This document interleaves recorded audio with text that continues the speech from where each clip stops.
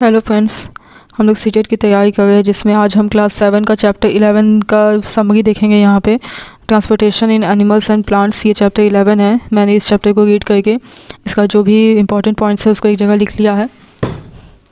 First point है यहाँ पे, blood is composed of a fluid called plasma in which different types of cells are suspended. Blood जो होता है हमारा वो एक फ्लूइड से मिल के बना है जिसको कि प्लाज्मा कहते हैं, जिसमें बहुत सारा डिफरेंट टाइप्स ऑफ सेल्स जो होते हैं वो सस्पेंडेड रहते हैं। नेक्स्ट हम देखेंगे आर्टरीज। आर्टरीज किसे कहते हैं? Arteries carry oxygen rich blood from the heart to all parts of the body. Arteries जो होती है वो क्या करती है कि जो ऑक्सीजन रिच ब्लड होता है, जिस ब्लड में ऑक्सीजन बहुत ज़्यादा अमाउंट में रहता है उसको ऑक्सीजन रिच ब्लड बोलते हैं। ये क्या करता है कि जब हमारे हार्ट में ऑक्सीजन रिच ब्लड रहता है उसको हमारे बॉडी में हर जगह ये क्या करता है, पंप कर देता है। Arteries have thick elastic walls. Arteries का जो वॉल होता है वो मोटा होता है और इलास्टिक भी होता है। वेंस क्या करती है? Veins are the vessels which carry carbon dioxide rich blood from all parts of the body back to the heart.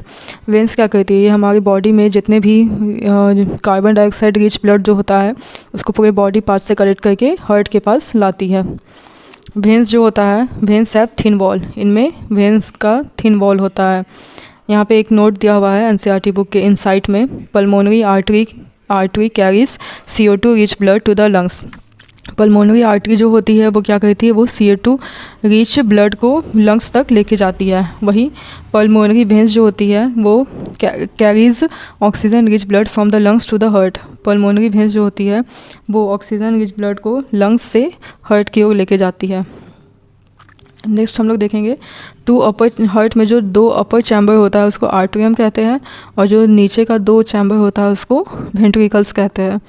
William Harvey 1578 से 1657 discovered the circulation of blood. Circulation of blood यानी कि जो हमारी body में blood का पूरा circulation होता है, इसको किन्होंने डिस्कवर किया था? इसको विलियम हार्वे ने डिस्कवर किया था।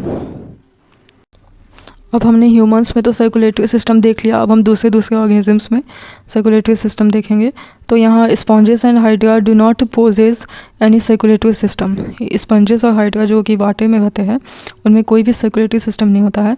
The water in which they live brings food and oxygen as it enters their bodies. ये जिस भी वाटर में रहते हैं वो क्या करता है, वाटर में ही इनका फूड और ऑक्सीजन दोनों मिक्सअप हो जाता है और वो इनके बॉडी में इंटर कर जाता है।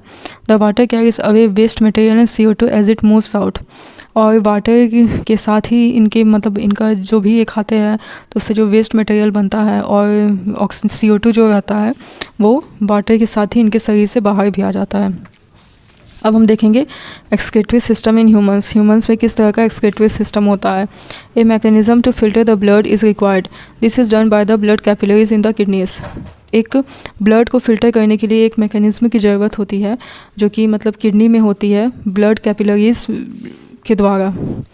An adult human being normally passes about 1 to 1.8 litre of urine in 24 hours. एक अडल्ट ह्यूमन बींग कम से कम 1 से 1.8 लीटर तक यूरिन पास कर सकता है एक दिन में। The urine consist of 95% water, 2.5% urea and 2.5% other waste products.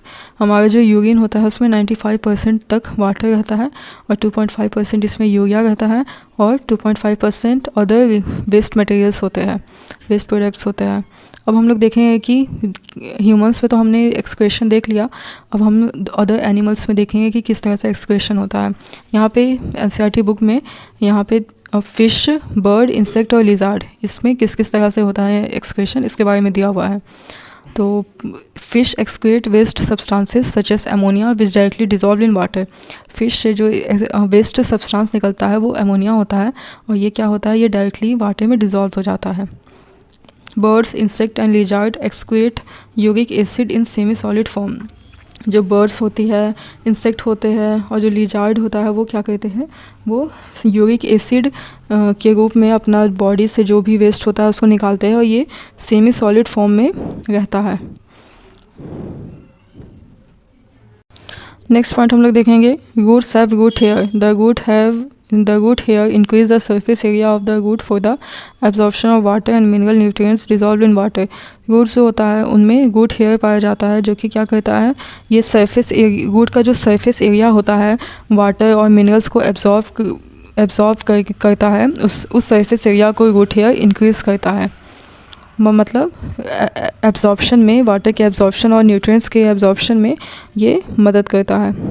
Xylem जो होता है वो transport of water and nutrients, xylem जो होता है वो वाटर और न्यूट्रिएंट्स को पेड़ पौधों में जाइलम वेजल्स होता है और फिलोएम होता है, ये इनका अलग अलग काम होता है। जैसे जाइलम जो होता है वो वाटर न्यूट्रिएंट को ट्रांसपोर्टेशन करता है और फिलोएम जो होता है वो transport of food to all parts of the plant. ये क्या करता है, ये फूड का ट्रांसपोर्ट करता है प्लांट के पूरे पार्ट्स में।